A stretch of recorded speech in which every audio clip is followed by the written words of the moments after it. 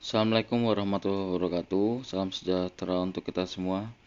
Perkenalkan, nama saya Wahyu Budi Widodo, NIM 2892150027 dari Prodi Manajemen Plus, mata kuliah Manajemen Operasional dengan judul Strategi Sumber Daya Manusia untuk ujian akhir semester Universitas Pancasakti Bekasi.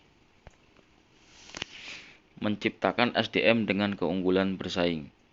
Arabian Airlines dengan menggunakan komputer monitor yang dipandu oleh pramugari secara sopan dan baik untuk melayani penumpang selama perjalanan udara, di mana setiap penumpang dapat memonitor setiap wilayah atau kota yang dilalui rute dengan komputer yang ada di hadapan tiap-tiap penumpang, sehingga penumpang dapat memonitor mereka berada di saat itu. Dengan pemberdayaan pramugari seperti ini, menjadi daya tarik sendiri untuk memberikan kepuasan bagi pelanggan-pelanggan dan merupakan keunggulan bagi Arabian Airlines di dalam merebut segmen pasar penerbangan untuk rute Asia Tenggara ke Eropa. Singapore Airlines dengan layanan pramugari yang sangat familiar kepada penumpangnya dengan cara dalam waktu singkat mempelajari latar belakang para penumpang atau childhoods sehingga setiap penumpang eksekutif kelas yang jumlahnya lebih kurang 5-10% dari semua penumpang dapat dihafal dengan baik nama-nama kecil para penumpang eksekutif tersebut, dan suatu yang menuntut pramugari belum serasi langsung dibenahi dengan cara antusias sehingga mereka merasa puas selama dalam penerbangan. Salah satu cara ini menjadikan Singapore Airlines sangat populer bagi pelanggan-pelanggannya. Peranan tenaga kerja. Peranan tenaga kerja sangat menentukan di dalam proses operasi suatu perusahaan sehingga diperlukan perencanaan sumber daya manusia yang baik dan akurat. Perencanaan sumber daya manusia dibuat untuk dapat mengatasi masalah-masalah yang menyangkut antara lain sebagai berikut. 1. Menjaga stabilitas karyawan. Stabilitas karyawan sangat perlu dijaga karena akan menentukan kelangsungan operasional perusahaan. Apabila tingkat berhenti dan masuk karyawan tinggi, kemungkinan kontinuitas proses konversi dapat terganggu. Semakin tinggi biaya untuk rekrutmen dan pelatihan bagi karyawan-karyawan baru. Mengantisipasi stabilitas karyawan sangat perlu diketahui kebutuhan tenaga kerja dan memperhitungkan 1. Pembayaran tenaga kerja, 2. Asuransi tenaga kerja, 3. Besarnya premi upah yang merupakan ukuran bagi tenaga kerja dapat meningkatkan kinerja merupakan variable cost. 2. Penjadwalan kerja atau scheduling. Di Indonesia dan Amerika Serikat, jam kerja 5 hari terdiri dari 8 jam per hari sama dengan di Amerika Serikat 5 hours day.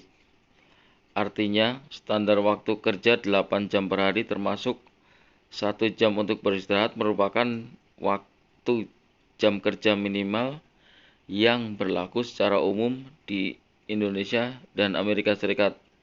Secara manajemen sumber daya manusia, penjadwalan kerja terdapat beberapa pendekatan sebagai berikut. Waktu bebas atau fleksibel merupakan sistem kerja dengan penentuan waktu batas waktu bagi karyawan untuk menyelesaikan tugasnya. Sebagai contoh, karyawan bagian produksi diberi batas waktu 1 minggu untuk menyelesaikan target produksi. Misalnya, 1000 unit barang, tidak dipersoalkan apakah karyawan harus bekerja secara lembur atau 3 shift per hari atau hanya dikerjakan dalam waktu 5 hari saja. Teknis penjadwalannya diserahkan ke bagian produksi. 3. Faktor psikologis dalam desain tugas. Karakteristik tugas mempunyai komponen psikologis. Pertama, kemampuan yang bervariasi atau skill variety, sehingga pekerja harus disesuaikan dengan karakter, kemampuan, dan bakat karyawan. Yang kedua, pengenalan tugas atau job identity. Tiga, signifikasi tugas atau job significance. Empat, memberi kebebasan dalam kreasi tugas atau otonomi. 5, umpan balik atau feedback. Yang keenam, evaluasi performa secara periodik untuk mengetahui kemajuan dan kinerja karyawan, baik untuk memperhitungkan karyawan maupun untuk kepentingan organisasi.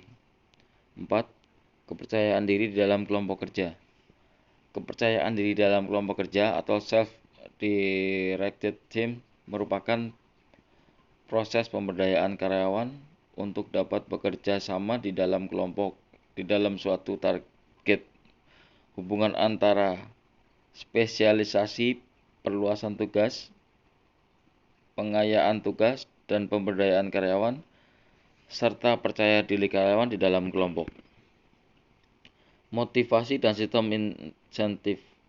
Di samping komponen psikologis yang selalu diperhatikan di dalam pengembangan karyawan adalah faktor psikologis lainnya, seperti kepuasan kerja karyawan dan motivasi kerja yang perlu dipelajari agar dapat memaksimalkan produktivitas karyawan.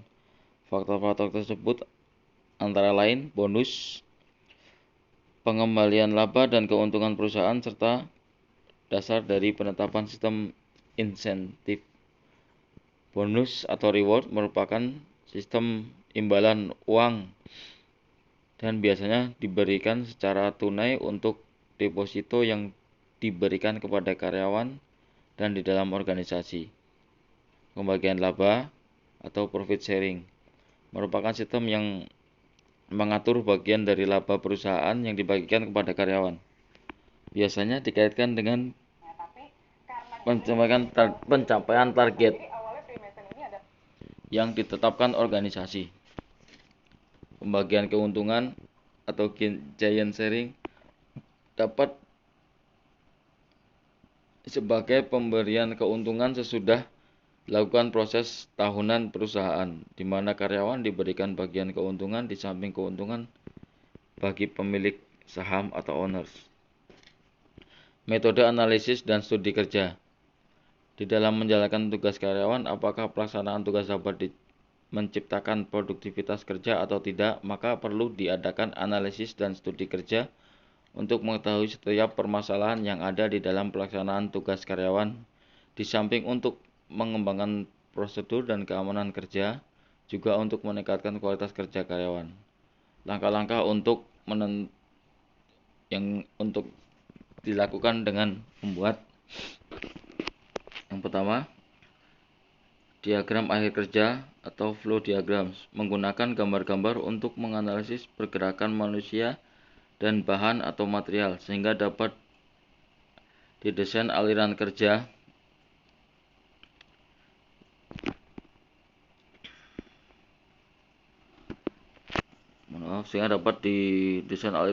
yang paling efisien dan paling aman. Kedua, kartu prosedur kerja atau proses card merupakan grafik yang menguraikan kegiatan dan sinkronisasinya pada setiap langkah prosedur kerja, sehingga akan dapat dianalisis setiap langkah-langkah tersebut apakah sudah dapat menghasilkan efisiensi dan kualitas kerja. Visualisasi tempat kerja. Visualisasi tempat kerja merupakan langkah yang paling baik untuk melakukan monitoring karyawan di tempat kerja, sekaligus untuk menganalisis situasi di tempat kerja apakah sudah memadai atau masih dapat lebih ditingkatkan. Tujuannya untuk meningkatkan komunikasi antara karyawan atau karyawan dengan atasannya dan karyawan dengan peralatan yang ada. Visualisasi di tempat kerja dilakukan umpamanya di dalam penggunaan peralatan operasional, gambaran di tingkat persediaan, gambaran check time untuk menyelesaikan suatu pekerjaan, gambaran informasi kebutuhan persediaan setiap hari, gambaran monitor peralatan dan mesin yang memerlukan bantuan karyawan, serta prosedur kerja operasional yang spesifik di tempat kerja. Standar tenaga kerja atau labor standards. Standar tenaga kerja digunakan untuk tujuan 1. Mengevaluasi pelaksanaan tugas dalam pekerjaan karyawan serta pemanfaatan fasilitas operasional.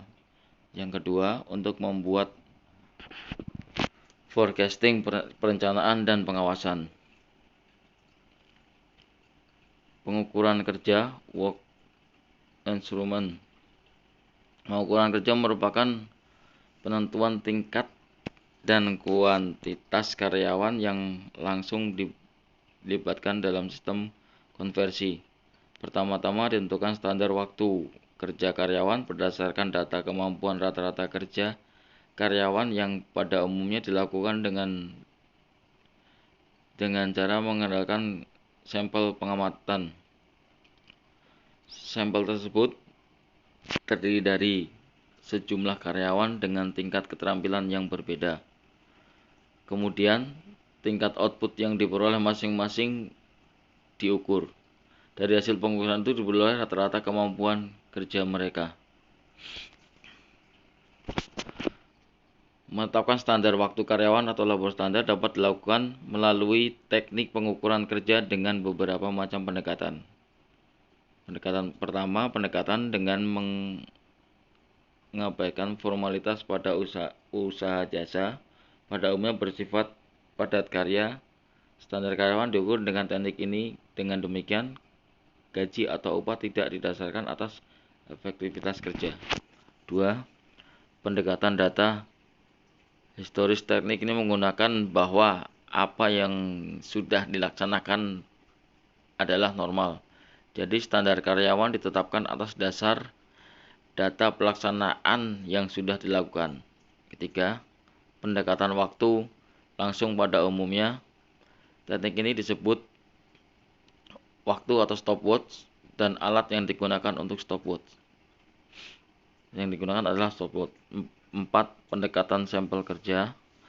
Teknik ini dapat menggunakan metode Tippett yang diperkenalkan tahun 1934, di mana Morrow merupakan orang pertama yang menggunakan metode ini di Inggris dan menyebutnya rasio penundaan.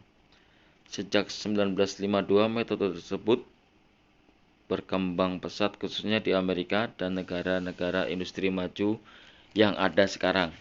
Dasar-dasar teknik ini menggunakan metode statistik dan menentukan proporsi dan besaran sampel.